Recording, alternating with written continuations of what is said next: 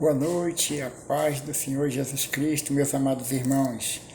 Nessa noite gostaria de compartilhar uma palavra com meus amados irmãos que está aqui no Evangelho de João, capítulo 4, versículo 31, que diz assim: E entretanto os seus discípulos lhe rogaram, dizendo: Rabi, come. Porém ele lhes disse: Uma comida tenho para comer que vós não conheceis. Então os discípulos diziam uns aos outros: Trouxe-lhe porventura alguém de comer? Jesus disse-lhes: A minha comida é fazer a vontade daquele que me enviou e realizar a sua obra. Não dizeis vós que ainda há 4 meses até que venha a ceifa? Eis que eu vos digo: levantai os vossos olhos e vede as terras que já estão brancas para a ceifa, e o que ceifa recebe galardão e ajunta fruto para a vida eterna, para que assim o que semeia como o que ceifa, ambos se regozijam. Essa noite eu estava aqui meditando justamente na vontade de Deus. E Jesus, é o Filho que Deus ama. Ele é o modelo de filho que Deus espera ver em cada um de nós.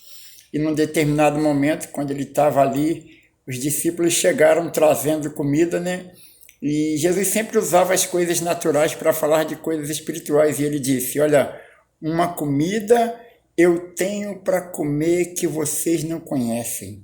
E eles ficaram pensando: será que alguém trouxe alguma coisa de comer para ele?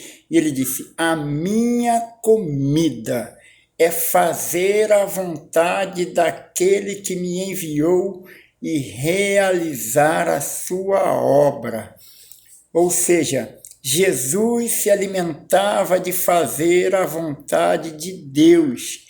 E ele, novamente, no mesmo texto, ele usa de algo natural para falar de algo espiritual, quando ele diz: olha, vocês não estão dizendo que ainda tem 4 meses para a ceifa, ou seja, para a colheita, mas eu digo a vocês: levante os vossos olhos e vede as terras que já estão brancas para a ceifa. E o que ceifa recebe galardão e ajunta fruto para a vida eterna, para que assim como o que semeia, como aquele que ceifa, ambos se regozijem. Ou seja, irmãos, muito diferente de nós, ser humano, Jesus não estava aqui para fazer a sua vontade. Porque o homem vive sonhando com coisas da terra. O sonho do homem é ter uma Hilux, é ter uma casa nova, é ter um salário maior, um emprego melhor, é crescer, é ser alguém. Mas Jesus disse que se algum de nós almeja segui-lo, deve negar-se a si mesmo, tomar a sua cruz e segui-lo. Porque aqui também em João, capítulo 6, no versículo 38, Jesus disse: porque eu desci do céu, não para fazer a minha vontade, mas a vontade daquele que me enviou. Irmãos, isso é muito profundo. Eu desci do céu, disse Jesus. Não foi para fazer a minha vontade, mas a vontade daquele que me enviou. Se Jesus, que é o próprio Filho de Deus, não desceu do céu para fazer a vontade dele, será que eu e você estamos aqui para fazer a nossa vontade? Será que o Senhor chamou a gente para viver, continuar vivendo a nossa vidinha medíocre, mesquinha, terrena? Será que o Senhor nos chamou para viver só em função das coisas desse mundo? Paulo escreveu aos Coríntios que se nós esperarmos em Cristo somente nesta vida, somos os mais miseráveis de todos os homens. Porque não é possível que um cristão viva esperando só nas coisas dessa vida.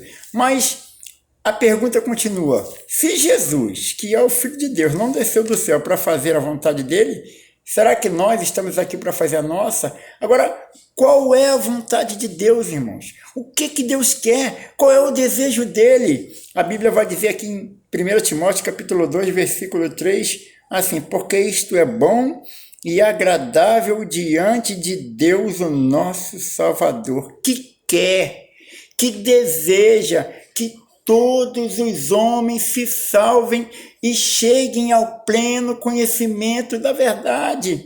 Meu Deus, Deus é Salvador. Deus é Salvador. Deus está sempre pensando em alguém.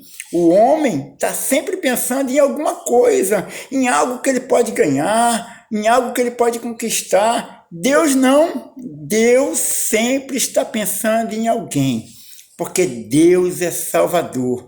Porque esta é a vontade de Deus, que todos os homens se salvem. Que todos os homens se salvem e cheguem ao pleno conhecimento da verdade. Agora eu te pergunto, todos os homens vão se salvar? Não, lógico que não. Mas é porque Deus não quer? Não. É porque os homens não querem. Mas Deus é Salvador. A vontade dele é salvar. Agora, a minha vontade, a sua vontade se encaixa na vontade de Deus? O nosso plano de vida, o nosso projeto de vida está de acordo com os projetos que Deus tem para a nossa vida? Porque os planos de Deus são eternos. Os nossos planos são terrenos, são humanos, são momentâneos. Mas nessa noite, eu quero te pedir uma coisa. Desperta, tu que dormes, meu irmão. Levanta-te dentre os mortos e Cristo te esclarecerá.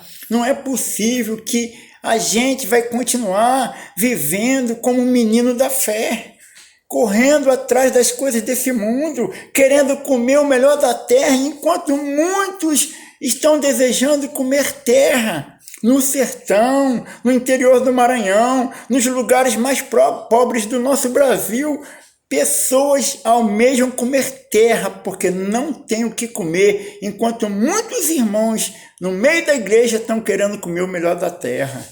E enquanto isso, milhares de pessoas estão perecendo e indo ao inferno por não conhecerem o caminho da salvação. Eu quero te dizer uma coisa, meu irmão, não é justo, é muito egoísmo da nossa parte ficar com Jesus só para nós. Não é justo. Jesus não chamou a gente para viver a nossa vidinha.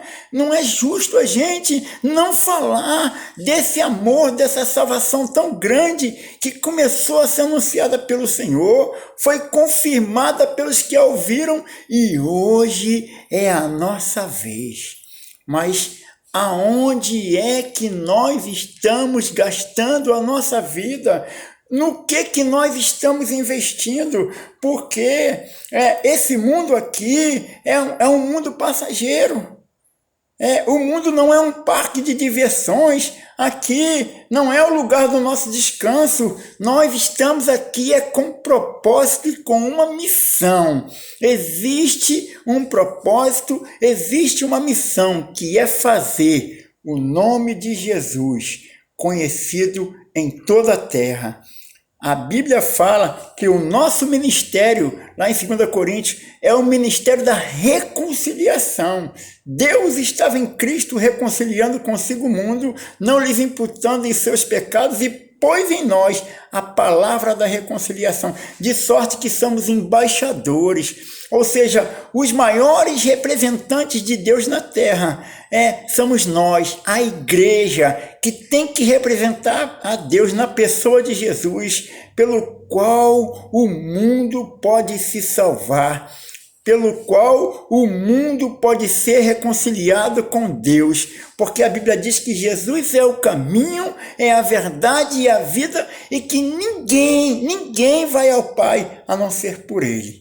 Então, meu querido, acorda, desperta, sai dessa vidinha, sai dessa zona de conforto, levanta-te dentre os mortos, deixa o Senhor falar ao teu coração, deixa de correr atrás dos seus próprios interesses, de viver em função da sua própria vidinha e deixa o Senhor te conduzir, porque Jesus, ele não é apenas o Salvador, mas ele é Senhor, ele é dono, ele é o amo das nossas vidas. Se não for assim, meu irmão, eu sinto muito, mas eu quero te dizer uma coisa, você precisa nascer de novo. Se você é daqueles que vive só correndo atrás de seus próprios interesses, vivendo só para você precisa nascer de novo. Você precisa reconhecer que está fora do caminho, fora do plano do Senhor, porque se Deus quer salvar e você não se interessa por salvação, algo está errado com a sua vida. Que Deus possa falar melhor ao seu coração e possa nos despertar como igreja do Senhor nessa última hora para poder levar o nome de Jesus a toda criatura. Eu quero terminar deixando o versículo que está lá em Atos 5,42, que diz que todos os dias, no templo e de casa em casa, não cessavam de ensinar e de anunciar a Jesus Cristo. Escute, não era quarta, sexta e domingo, não era terça, quinta e domingo. A Bíblia diz que todos os dias, Atos 5,42, todos os dias, todos, no templo e também de casa em casa, eles não cessavam de ensinar e de anunciar a Jesus Cristo. Que o Senhor te desperte para essa palavra. Deus abençoe, tenha uma noite abençoada na presença do Senhor, um dia, amanhã abençoado, uma semana abençoada, mas acima de tudo, uma vida no centro da vontade de Deus. E qual é a vontade de Deus? Salvar o que se havia perdido. Foi isso que Jesus, o Filho de Deus, veio fazer no mundo. Veio buscar e salvar o que se havia perdido. Deus te abençoe.